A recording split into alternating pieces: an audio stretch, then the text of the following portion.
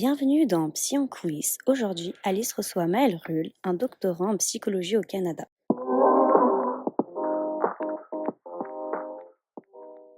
Bonjour à tous. Aujourd'hui, je suis avec Maël qui va nous parler de sa thèse en éducation qu'il fait au Canada. Et pour commencer, est-ce que tu pourrais nous expliquer en une phrase en quoi ça consiste, comme si tu l'expliquais à un enfant de 12 ans? Yes, bonjour à tous. C'est une question qui est assez difficile à expliquer ça à un enfant de 12 ans, mais si je devais le faire, je pense que je commencerai à dire à l'enfant qu'à l'école, il y a parfois certains élèves qui trouvent ça difficile et qui pensent à arrêter l'école. Et puis à l'université, c'est pareil. Il y a des étudiants qui ont du mal à continuer leurs études. Et moi, mon travail, donc en tant que doctorant, c'est un peu d'être comme un détective. C'est-à-dire que j'essaie de comprendre pourquoi certains étudiants ils vont continuer malgré le fait que ce soit difficile et pourquoi il y en a d'autres qui vont abandonner.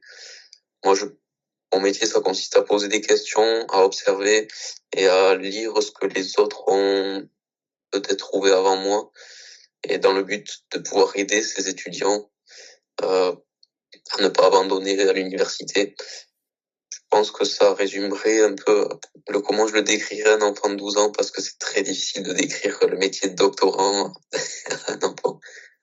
Ok, très bien. Et avant de faire ce doctorat, quelles a été tes formations? Donc moi, j'ai commencé avec un bac technique en STI 2D, donc sciences techniques de l'industrie et développement durable. Et puis ensuite, je me suis lancé à l'université. J'ai commencé une première licence en philosophie que j'ai arrêtée, puis j'ai recommencé une licence en sociologie que j'ai arrêtée, et pour enfin découvrir une licence en psychologie que là, pour le coup, j'ai continué, donc une licence assez générale, et je me suis spécialisé en master, toujours en psychologie des apprentissages scolaires. Et puis aujourd'hui, on peut encore considérer que je suis en formation, puisque le programme de doctorat en éducation, ça mène à un diplôme malgré le fait que ce soit aussi un métier. Ok, parfait. Ensuite, quelles a été tes expériences professionnelles antérieures? En termes professionnels, c'est assez diversifié, dans le sens où j'ai travaillé dans beaucoup de domaines différents. Mais si je reste focus dans les métiers de l'éducation, je pense que j'ai débuté ça avec de l'animation en centre aéré quand j'avais encore 17 ans. Et ensuite, j'ai eu d'autres métiers dans d'autres secteurs, notamment pendant mes études. Mais c'est ensuite en master que j'ai repris des métiers en lien avec l'éducation. Donc j'ai pu être pendant 2 ans, pendant les vacances, éducateur spécialisé en foyer de protection de l'enfance, donc en MEX. Et puis pendant l'année scolaire, pendant 2 années, j'ai été assistant d'éducation, donc pion dans un collège près de Montpellier. Et puis aussi, entre toutes ces expériences professionnelles, j'ai eu pas mal de stages que je considère aussi comme formateurs professionnellement, parce que pendant toutes mes années de master, j'ai eu l'occasion de faire 2 stages de recherche.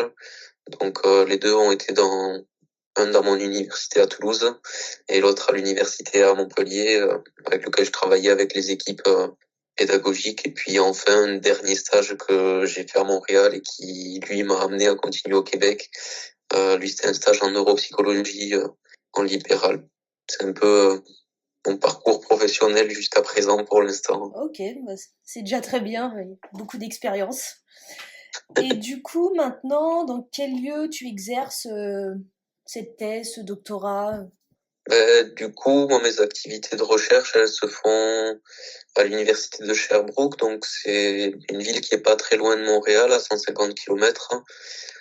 Et les lieux à proprement parler, je suis plus dans un centre de recherche, donc on est dans des bureaux que je partage avec d'autres doctorants. Puis en parallèle, j'ai aussi quelques cours qui, eux, se font soit à distance, soit toujours dans des salles de classe à l'université. D'accord. Et avec quel public tu travailles ou tu accompagnes durant ton doctorat?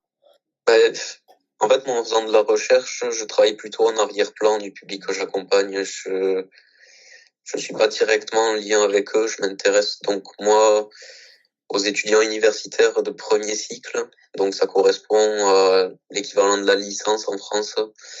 Et plus particulièrement, je m'intéresse aux étudiants qui commencent leur formation pour devenir enseignants. Donc voilà à peu près le public que j'accompagne, même si c'est en arrière-plan un petit peu. Ouais, d'accord, ok. Et du coup, est-ce que tu pourrais nous décrire quelles sont tes missions principales? Ben, mes missions là, au stade où j'en suis, c'est-à-dire que je vais décrire simplement des missions de début de doctorat, donc je pense que dans un an, ce sera plus les mêmes, puis dans 2 ans non plus. Mais bon, en tout cas, au stade où j'en suis, pour l'instant, mon travail, ça consiste un peu à écumer la littérature, donc au sujet de la persévérance des étudiants. Et mon but, c'est un peu de cibler un ou plusieurs facteurs sur lesquels je vais pouvoir me concentrer un peu plus tard. Alors si je reviens un peu plus concrètement, ça passe essentiellement par de la lecture, hein, et puis des rencontres régulières avec mon équipe de direction.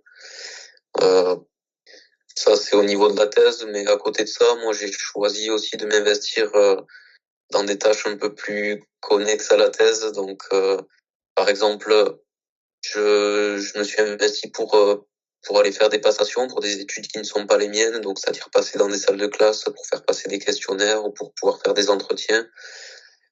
Et puis après, une dernière mission dans laquelle je me suis engagé toujours à côté de mes études, mais qui sont toujours en lien avec la persévérance, c'est que je continue d'accompagner en France, en tant que bénévole dans une association, des étudiants qui débutent leurs études. Et donc ça me prend 2 à 3 heures par mois, on va dire, d'entretien en quelque sorte, et puis de soutien motivationnel avec des étudiants. Ok, d'accord, super. Et du coup, là, on va passer un peu une deuxième partie, organisation et les conditions de travail que tu peux avoir. Est-ce que tu pourrais un peu nous expliquer justement la hiérarchie qu'il y a un petit peu dans ton organisme? La hiérarchie est plutôt simple en quelque sorte, enfin, si on le prend strictement au sens hiérarchique, parce que j'ai une équipe de direction qui est au-dessus de moi.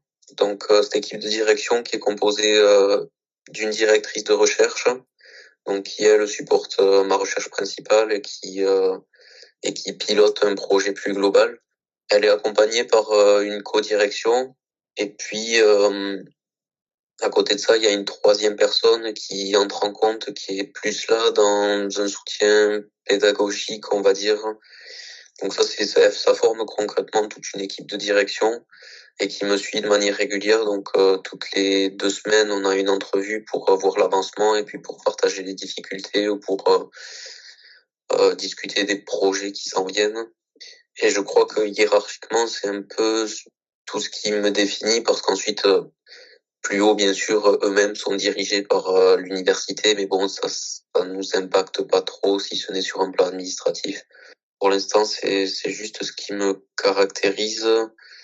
Ouais, je pense que c'est assez simple comme ça. Ouais, ok. Très bien expliqué en tout cas.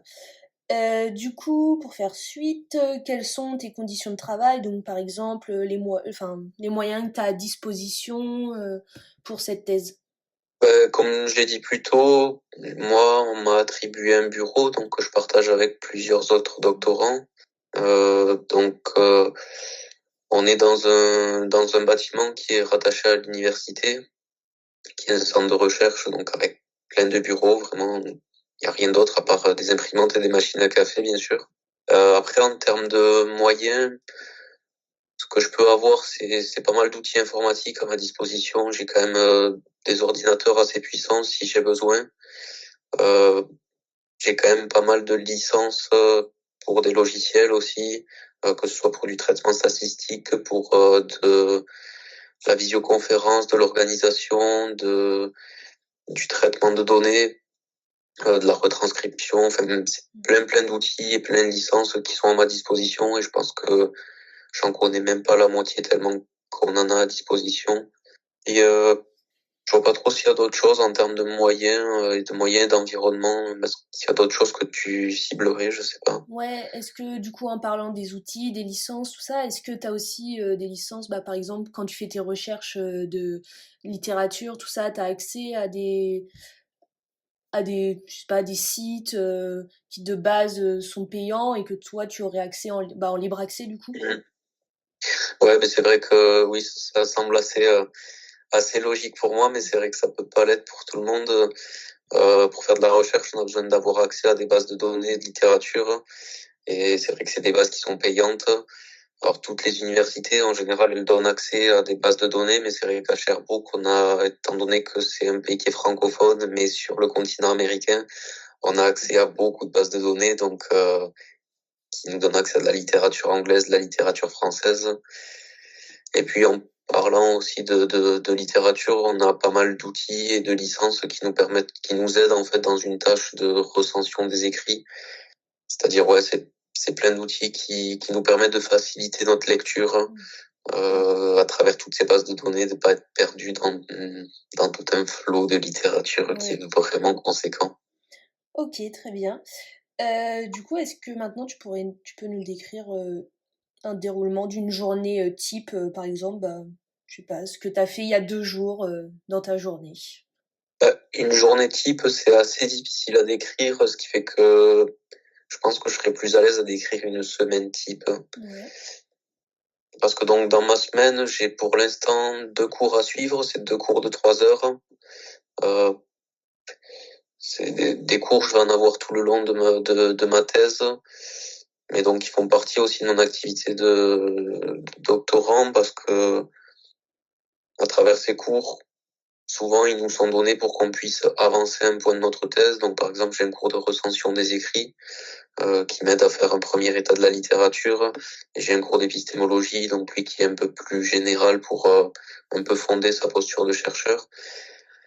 Et ensuite, le reste de la semaine, ça va être très variable en fonction des tâches que j'ai à faire. Donc, si j'ai des passations, dans ma semaine va être inclus des moments de passation, donc où je me dirige dans les classes.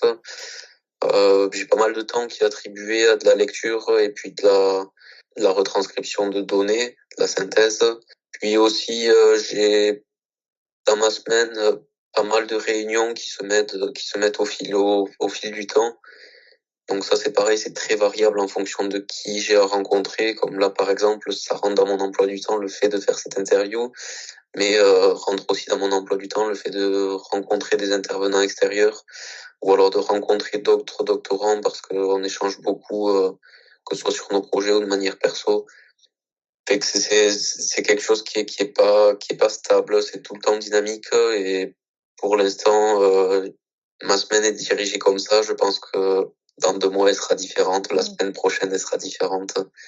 Mais actuellement, c'est comme ça que ma semaine se déroule.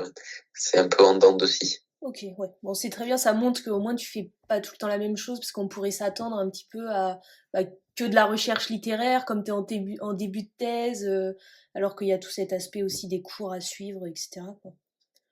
Ouais, ben, c'est vrai que je vais pas cacher que pour l'instant, de la lecture, ça prend vraiment 60% de mon temps. Mais c'est vrai qu'après, tout va dépendre, à mon avis, de la personne qu'on a en face, parce que je pense que même moi, au sein de mon propre projet de recherche, même si j'ai des collègues qui sont arrivés en même temps que moi, on a le choix et la certaine liberté de pouvoir choisir des missions annexes et remplir notre emploi du temps comme on veut. Si on veut faire que des activités de recherche, on peut.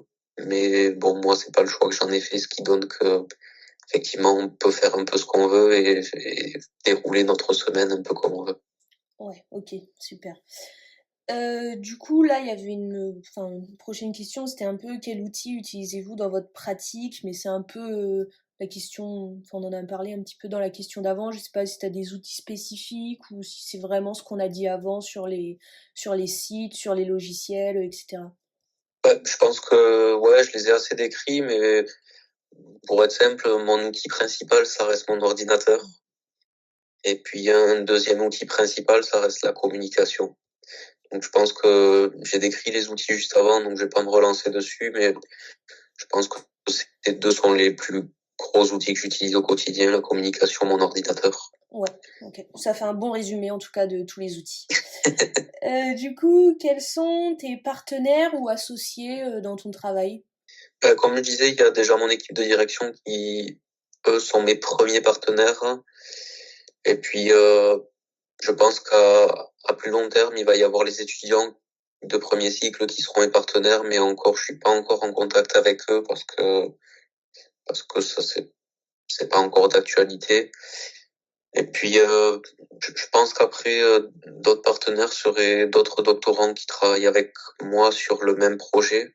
Mais bon, étant donné que je suis encore au début de la thèse et que on est tous en train de cibler peu à peu un projet, on n'est pas trop encore en communication, mais ça reste à venir des futurs associés. Mais ouais, je pense que pour l'instant, mon bassin de partenaires est assez limité du fait que je débute, mais c'est quelque chose qui est voué à grandir parce que la recherche, c'est quelque chose qui fait aller avec beaucoup de collaboration. Mais pour l'instant, c'est essentiellement un travail solitaire pour l'instant. Ouais, ok. Et du coup, enfin, dans ces partenaires, tout ça, est-ce que plus tard, tu penses avoir aussi des partenaires extérieurs à l'université qui pourraient t'aider dans ta recherche? Je pense que là, on parle plus de mes envies et ce que je projette, parce que dans mon projet de recherche, je fais ce que je veux par rapport à ça, je suis assez libre. Mais au sens strict, si je reste sur ce qui est prévu de manière normale, c'est que moi, je travaille avec une population étudiante à l'université, donc c'est vrai que mon bassin se ferme vite à l'université.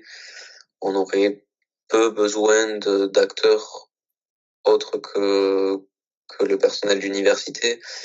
Mais c'est vrai que moi, après, étant donné que je viens plutôt d'une formation en psychologie, je, je compte assez vite me mettre en lien avec des psychologues, notamment pour faire de l'accompagnement ou alors, ouais, c'est ça, pour faire de l'accompagnement essentiellement.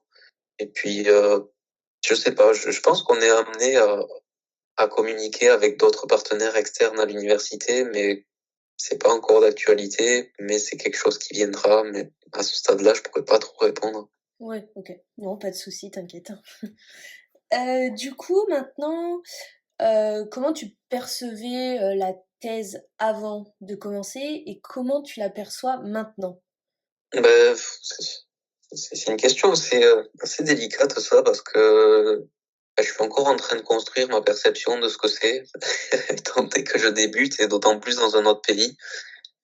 Et déjà, comment je la percevais avant, je pense que j'avais pas forcément trop d'attentes dessus, même si pendant notre master, on a eu la chance d'avoir pas mal d'échanges avec des doctorants et moi-même, je m'étais pas mal renseigné de mon côté. Je pense que je percevais ça un peu comme une suite d'études en master, mais en même temps avec plus une certaine liberté, dans le sens où on choisit notre sujet de recherche et puis on choisit un peu nos formations pour complémenter notre sujet de recherche, on avance un peu au rythme qu'on veut. Puis après, en termes d'organisation et d'environnement, je percevais ça comme, voilà, on arrive tous du même endroit, on se retrouve tous dans des bureaux, on travaille tous à côté, limite dans un open space. Et puis voilà, on partage tous nos galères, on est tous un peu comme ça. Je pense que c'était un peu ma perception des activités en tant que telles. Mais c'est vrai que la réalité est un peu différente. Je pense que cette réalité aussi, elle est différente en fonction de l'endroit où on fait sa thèse. Moi, je suis plus confronté à une réalité où c'est que la part de cours est assez importante et elle est dans un certain sens imposée. Donc parfois, je vais peut-être me retrouver avec des cours où c'est que je vais devoir moi-même chercher le lien qui est avec ma propre thèse. Mais bon, c'est pas des formations comme ça que je choisis comme je veux.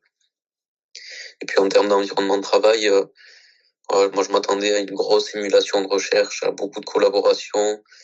Mais c'est vrai que c'est un travail assez solitaire. Mes bureaux sont essentiellement vides. Les doctorants travaillent beaucoup de chez eux. Et puis, pour l'instant, à ce jour, j'espère que c'est quelque chose qui va changer, mais c'est quelque chose d'assez solitaire. Et puis, ça peut être aussi quelque chose d'assez rébarbatif pour le moment parce que je suis dans une grosse tâche de revue de littérature et bon, manque de chance, c'est pas ma préférée, mais il faut y passer, donc c'est pas c'est pas celle que je m'imaginais quand je m'imaginais un doctorat en action, quoi. Ok. Du coup, les aspects un peu que tu dis, le fait d'être solitaire, le fait de faire pas mal là de revues de littérature, est-ce que ça peut être dans les inconvénients un peu du métier? Et après, est-ce que tu pourrais me dire aussi les avantages qu'il peut avoir dans ce métier? En tout cas, pour ma part, ça rentre dans les inconvénients. Je ne dis pas que la littérature rentre dans les inconvénients parce que c'est une activité en tant que telle. Ce qui est un inconvénient, c'est le fait que cette tâche, elle est essentiellement solitaire parce que on peut pas faire de la lecture à plusieurs. On a besoin que de deux yeux pour lire. Et donc, en ce sens, c'est quelque chose d'assez solitaire. Et moi, pour moi, actuellement, c'est un inconvénient qui se dresse. C'est le fait que je sois seul. Mais je pense que c'est aussi lié au fait que je suis dans un nouveau pays et dans un nouveau système éducatif. Donc, ce serait une erreur d'attribuer la solitude directement à la thèse, parce que ça dépend de l'endroit où on est. Donc, ouais, cette solitude est déjà un inconvénient. Et puis après, un inconvénient, mais que je partage avec un avantage aussi, c'est cette liberté, en fait. On est vraiment libre de ce qu'on fait, on est libre de notre emploi du temps, si ce n'est les 6 heures de cours à caler dans notre emploi du temps. Mais on est vraiment libre. Et au début, peut-être trop. Ce qui fait que c'est très difficile de s'organiser un emploi du temps. On n'a personne qui contrôle nos heures, on n'a personne qui contrôle notre avancement si, mais la manière dont on avance. Et je pense que ça peut être un inconvénient au début du parcours, même si à terme, je sais que ça va se transformer en avantage d'avoir cette liberté. Donc c'est ça, la solitude et la liberté sont des avantages et des inconvénients partagés. Et là, en tête, il me vient pas forcément d'autres inconvénients actuellement. Et après, en termes d'avantages, je pense que c'est l'idée, ça rejoint un peu ce sentiment de liberté, mais je pense que c'est l'idée de savoir que je suis en train de faire un job qui va me mener à un diplôme, mais qui en plus de ça, c'est quelque chose qui m'instruit tous les jours, parce que je lis beaucoup, je rencontre beaucoup de gens, l'université, c'est un milieu où il y a beaucoup d'échanges et beaucoup de richesses, que ce soit culturelles ou intellectuelles, et ça, mine de rien, ça fait partie de mon bassin de travail et je le considère comme un gros avantage. Ok, parfait. Et est-ce que tu aurais un événement marquant que tu as pu avoir au début de cette thèse, qui t'a vraiment marqué au début de la thèse ou pas? Franchement, je pense pas qu'il y ait quelque chose qui soit en tout cas en lien avec le métier de doctorant.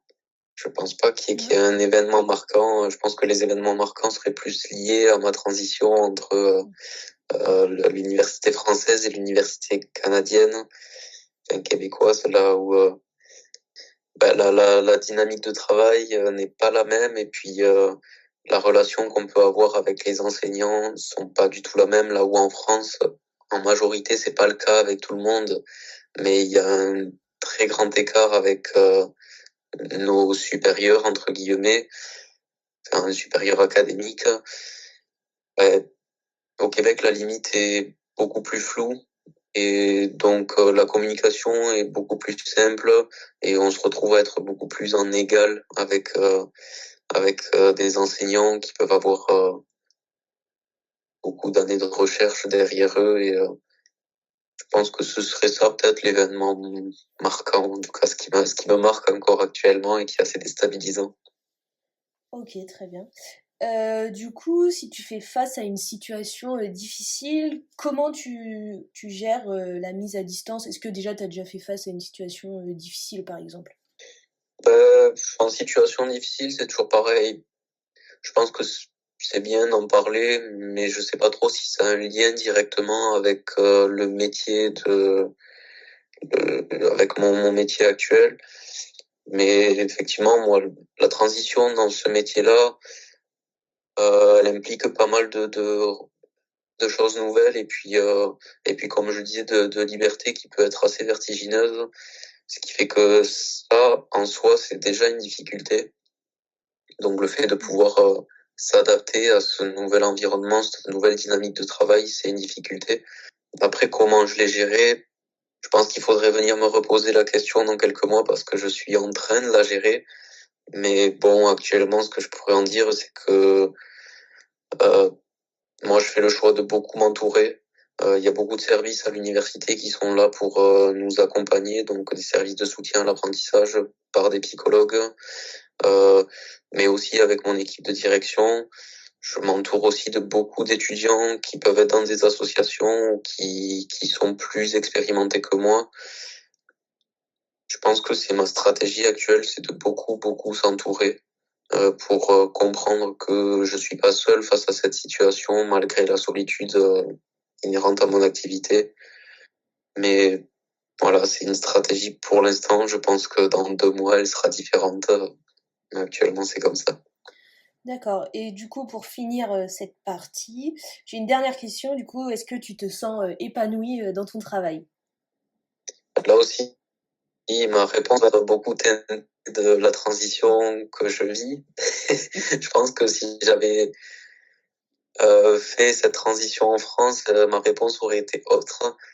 Mais c'est vrai que faisant ma transition dans un nouveau système au Québec, pour l'instant, ma réponse est beaucoup teintée par cette transition et donc je peux pas dire que j'ai un grand épanouissement encore dans mes activités parce que il y a beaucoup de questionnements en fait qui entourent mon activité, ma transition. Je me demande beaucoup ce que je fais ici, je me demande si c'est ce que j'ai envie de faire. Et puis voilà, tous ces questionnements viennent un peu teinter mon épanouissement et la satisfaction que je peux avoir au travail. Donc voilà, c'est pour l'instant un discours assez pessimiste, mais qui est voué à évoluer. Je veux pas non plus dresser un tableau qui serait qui freinerait quiconque à se lancer dans cette aventure, mais en tout cas, c'est une réalité à prendre en compte. On n'a pas un épanouissement direct dès qu'on se lance dans cette activité-là. Et je pense que c'est un épanouissement qu'on doit construire avec le temps. Ouais, ouais. Ok.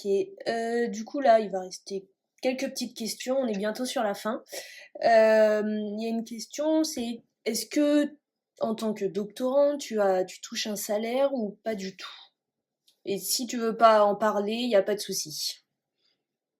Non, il y a pas de problème. C'est important d'en parler pour les prochains qui arrivent. Moi, j'ai eu la chance d'être recruté sur ce projet, donc c'est-à-dire que ce n'est pas moi qui ai postulé. Dans la logique des choses, quand on fait un doctorat, il est très fréquent de proposer soi-même un sujet, de chercher son équipe de direction et donc d'être soi-même acteur de la recherche de financement. Dans un autre cas, il est aussi fréquent que des postes de doctorat, des contrats doctoraux soient proposés. Et donc là aussi, soit une rémunération est proposée, soit on doit être à la recherche de financement. En tout cas, pour ce qui est de mon cas, moi j'ai été recruté et dans ce contrat de recrutement, il était question d'avoir un salaire fixe. Donc moi je suis employé à titre d'auxiliaire de recherche, ce qui m'offre en termes de salaire un salaire à peu près de $30 de l'heure. Donc la conversion en France, je pense que ça ferait à peu près 20 € de l'heure. Donc moi pour l'instant mon contrat est sur une base de 15 heures semaine. Mais voilà, si je dois dresser un tableau en net de ce que je touche par mois, je suis à peu près à $2000 par mois pour 15 heures semaine. Et ça, c'est voué à évoluer en fonction du nombre d'heures, mais aussi des bourses que je peux aller chercher. Donc, un doctorat, c'est beaucoup de recherche de financement. Et donc voilà, moi, en tout cas, j'ai un salaire fixe, mais la thèse fait que on nous forme à chercher des financements et je vais être amené à évoluer en termes de salaire sur ce point-là. Ok. Du coup, pourquoi avoir choisi cette formation, enfin de vouloir continuer en tant que doctorant, pardon, et pourquoi le Canada peut-être plutôt que la France? Est-ce que tu peux nous expliquer un petit peu ton choix? Ouais, bah déjà, le fait de poursuivre un doctorat, ça a été, je pense que c'est quelque chose que j'imaginais pas. Moi, je suis le premier de ma famille à faire des études supérieures. Faire une licence, c'était déjà un gros défi. Je m'imaginais pas poursuivre un master. Je suis arrivé jusqu'au master et j'ai vu que j'avais certaines compétences et j'avais une certaine attirance pour le milieu de la recherche, en tout cas pour les activités. Donc, ce qui fait que le doctorat a été un peu en quelque sorte une suite logique, hein, dans le sens où je me voyais pas à la sortie de mon master, je me sentais pas encore légitime pour rentrer sur le terrain et rentrer en action, aller directement, du coup en tant que psychologue, aller sur le terrain et puis c'est ça, pouvoir me mettre au service de la population. Pour moi, il me manquait encore une formation. Donc c'est vrai que le doctorat, il s'est un peu glissé entre ces deux besoins, donc de formation et puis de renforcement de mes compétences et de ma confiance dans un travail. Ce qui fait que je me suis lancé un petit peu comme ça. J'avais peut-être l'idée d'en faire un quand j'étais en master, mais bon, c'était pas une idée qui était complètement fixe. Le fait d'avoir été recruté, ça a un peu plus poussé la chose. Je sais pas si je me serais lancé de suite, en tout cas. Et puis ensuite, pour ce qui est de France-Québec, moi, je me voyais assez mal me lancer dans un doctorat en France. Non pas que je veuille dresser un tableau très alarmiste, mais c'est une réalité. En France, le doctorat, c'est une condition qui est assez précaire pour les étudiants qui la vivent. Donc, en termes de salaire, c'est quelque chose qui est, à mon sens, assez stable en sortie d'études. Parce qu'il me semble que les salaires, je peux pas dire de bêtises, mais on est au-delà du SMIC. Donc, quelque chose d'assez stable, mais c'est surtout en termes de conditions de travail en France, on entend beaucoup de difficultés, notamment au travers de l'accompagnement que peuvent recevoir les doctorants, mais aussi en termes de soutien et puis de valorisation qu'il y a derrière. C'est vrai que en France, dire qu'on fait un doctorat, c'est quelque chose d'assez flou, c'est quelque chose d'assez peu valorisé, tandis qu'au Québec, faire un doctorat, c'est quelque chose d'assez grand, assez fort, et on est pas mal valorisé au fait de faire cette activité-là. Moi, voilà, j'ai voulu partir au Québec déjà pour cet aspect-là, mais aussi parce que en termes d'éducation et puis de psychologie, eux, dans ces domaines-là, ils ont un certain avancement parce que ça fait un petit moment que c'est assez démocratisé, la santé mentale et puis le bien-être à l'école. Et c'est vrai que moi, j'ai voulu aller chercher un peu de leur pratique pour sortir un peu de mon contexte et peut-être ramener des choses utiles en France. Donc, je pense que c'est à peu près ce que je pourrais répondre. Je sais pas si tu attendais d'autres choses sur cette question-là. C'est très bien. C'est vraiment ça montre en même temps tes motivations, pourquoi plus Québec que la France, etc. Et du coup, dernière question, quel conseil donnerais-tu à quelqu'un qui voudrait se lancer par exemple dans une thèse?